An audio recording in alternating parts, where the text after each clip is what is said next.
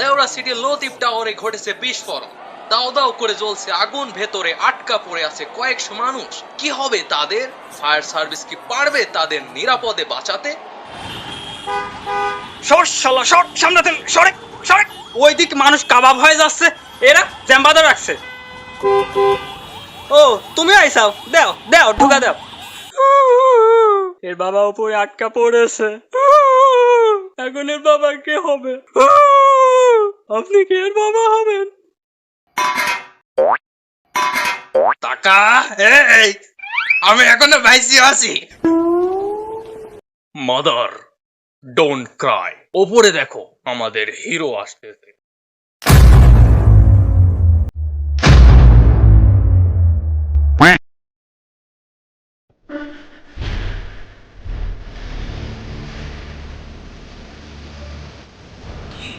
এটা কি সুমন্দির ছেলে? আমি সুপারম্যান। এসতে সুপারম্যান, সম্বন্ধে ছেলে না। ছেলা বালের দল। যাকগে, আমি আমার কাজ করি।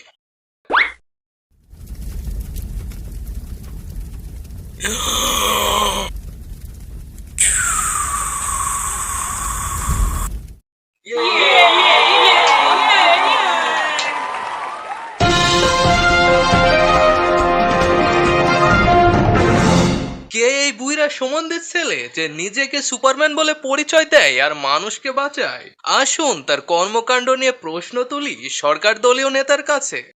আরে ভাই, কোন এক বইরা মানুষ লাল কালারের জাঙি আর বুকের উপর এস লিখলে সে সুপারম্যান হয় না? আসল সুপারম্যান তো আমাদের দেশের প্রধানমন্ত্রী। আর মজার বিষয় কি জানেন? আমাদের দেশের প্রধানমন্ত্রীও লাল কালারের জাঙি পরে। বাহ, নেতা তো ইতিমধ্যে শুরু করে দিয়েছে পাচাটা। চলুন এবার শোনেনি বিরোধী দলীয় নেতারা কি বলে। সুপারম্যান, যাকে আমরা সুমন্দির ছেলে নামে চিনি, তিনি নিতান্ত একজন ভালো মানুষ।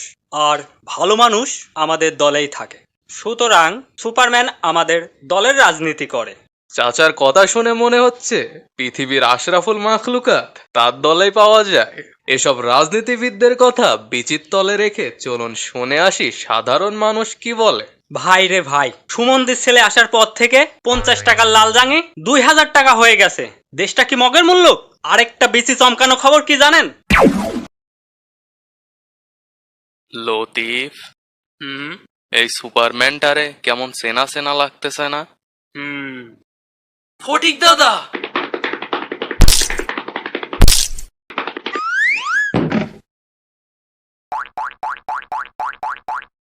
তুই দে না, তুই দে। এ কি মফিজ আর লতিফ তোরা? দাঁড়া, আমি কাপড়টা নেড়ে দিয়ে আসি।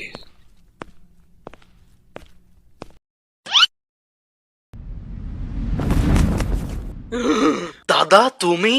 দাদা তুমি? ও, আমি সুপারম্যান। তোরা যখন সত্যিটা জেনেই ফেলেছিস, তাহলে আমার জীবন কাহিনী শোন। আমার জন্ম পৃথিবীতে না, পৃথিবী থেকে শত শত আলোক বর্ষ দূরে ক্রিপ্টন গ্রহে। আহ, কত সুন্দরী না গ্রহটা। আমার বাবা ছিল ওই গ্রহের সর্দার, আর আমি তার সন্তানদের মধ্যে 108 নাম্বার। 108? কুত্তাও তো এত বাচ্চা দেয় না। গল্পের মধ্যে কথা বলবি না। ঠিক আছে দাদা। মা, বাবা আর 108 জন ভাই বোন মিলে আমাদের পরিবার খুব হাসি খুশি কাটছিল। কিন্তু আমাদের হাসি খুশি আমার চাচা জবের অতি সহ্য হয়নি। ঠিকই তো, কুত্তার মতো বাচ্চা নিলে কেউ তোরে কি বললাম একটু আগে? ঠিক আছে দাদা। আমার চাচার হিংসা এতটাই বেড়ে গেছিল যে, যাও আমার বড় ভাইয়ের বংশ নির্বংশ করো। ওকে বস। কি হলো, আবার ঘুরে আসলি কে? না মানে বস, আপনিও তো আপনার ভাইয়েরই বংশ। হুম, তো কি বলেন, আপনারে দিয়েই শুরু করি।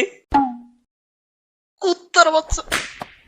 সেদিন চাচা আমাদের ওপর ধ্বংসলীলা চালায়। আমার বাবা কোনো মতো আমাকে। দাদা আবার কি? মাইরো না মাইরো না, টমেটোর মতো কে যেন দাঁড়া আছে। আমি মিস্টার টমেটো। তো আমাকে ওয়াই অ্যানিমেশন পাঠাইছে কিসের জন্য? এই চিঠি দেওয়ার জন্য।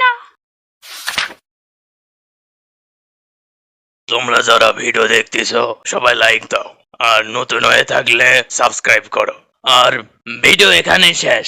এই ভিডিও বন্ধ করো, ঝাপসাল না বাও। দাদা